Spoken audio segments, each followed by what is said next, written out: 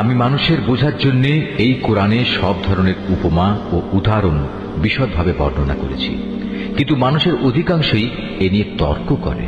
হেদায়েত যখন মানুষের সামনে এসে গেল, তখন ঈমান আনা ও গুনাহের জন্য তাদের মালিকের কাছে ক্ষমা চাওয়া থেকে তাদের কোন জিনিস বিরত রাখছে? তারা সম্ভবত পূর্ববর্তী মানুষদের অবস্থা তাদের কাছে এসে পৌঁছানোর কিংবা আমার আযাব তাদের সামনে এসে হাজির হবার অপেক্ষা করছে।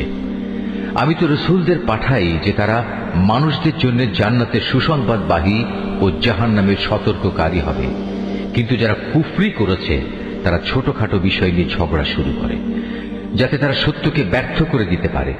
মূলত তারা আমার আয়াতসমূহকে এবং যেসব বিষয় দিয়ে তাদের জাহান্নাম থেকে সতর্ক করা হয়েছিল তাকে বিদ্রূপের বিষয়ে পরিণত করে নিয়েছে।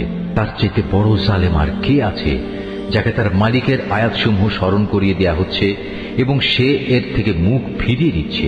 সর্বোপরি যা কিছু গুনাহের বোঝা তার হাত দুটো অর্জন করেছে সে তা ভুলে যায়। আমি তাদের অন্তরের উপর জাহেলিয়াতের আবরণ লাগিয়ে দিয়েছি, যেন তারা সত্য দিন বুঝতে না পারে। এমনি ভাবে তাদের কানেও এক ধরনের কঠিন বস্তু ঢেলে দিয়েছি, এ কারণে তারা সত্য কথা শুনতে পায় না। অতএব হে নবী, তুমি ওদের যতই হেদায়েতের পথে ডাকো না কেন, তাদের কখনো হেদায়েত দেয়া হবে না। হে নবী, তোমার মালিক বড়ই ক্ষমাশীল ও দয়াবান। তিনি যদি তাদের সবাইকে তাদের কৃতকর্মের জন্য শাস্তি দিতে চাইতেন, তাহলে তিনি সহজেই তা ত্বরান্বিত করতে পারতেন।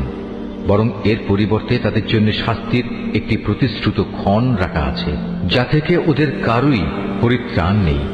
এই জনপদ ও তাদের অধিবাসীরা যখন আল্লাহ তাআলা সীমা লঙ্ঘন করেছিল, তখন আমি তাদের নির্মূল করে দিয়েছি। তাদের ধ্বংসের জন্যও একটি দিনক্ষণ নির্দিষ্ট ছিল। হে নবী, তুমি এদের মূসার ঘটনা শোনাও।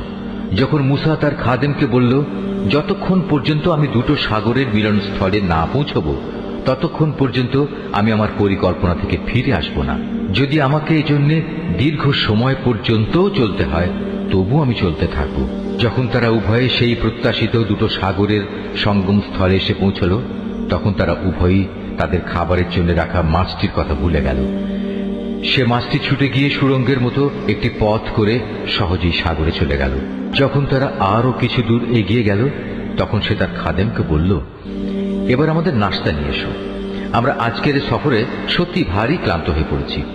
সে বলল, তুমি কি দেখোনি, আমরা যখন শিলাখণ্ডের পাশে বিশ্রাম করছিলাম তখন আমি মাছের কথা ভুলেই গিয়েছিলাম।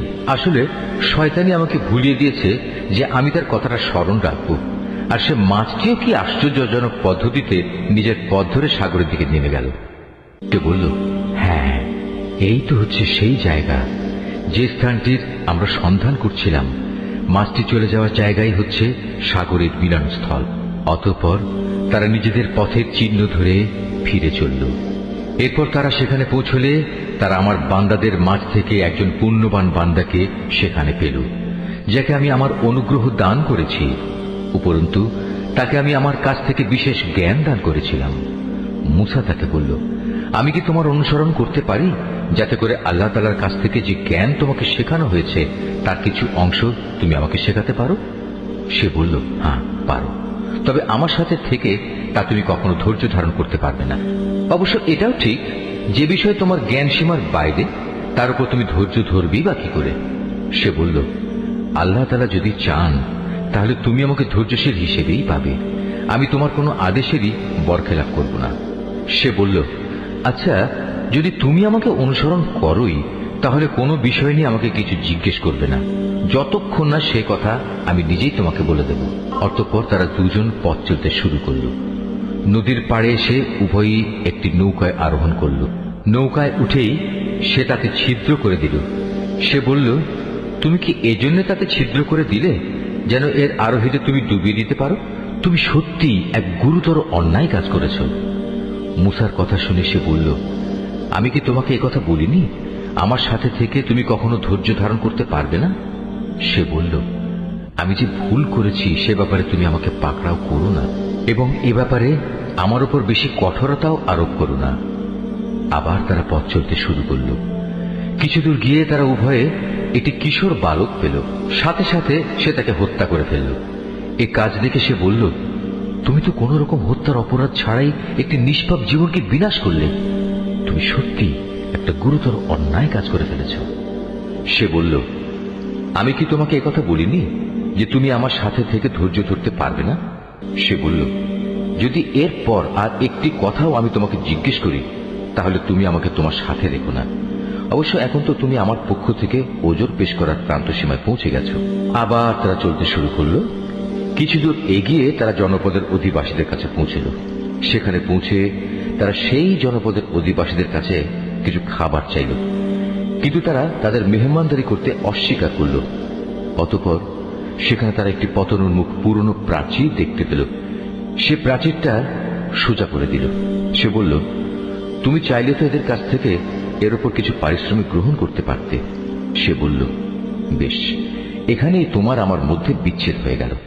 কিন্তু তার আগে যেসব কথার ব্যাপারে তুমি আমার সাথে ধৈর্য ধরে থাকতে পারোনি তার ব্যাখ্যা আমি তোমাকে বলে দিতে চাই। প্রথম ঘটনাটি হচ্ছে নৌকা সম্পর্কিত।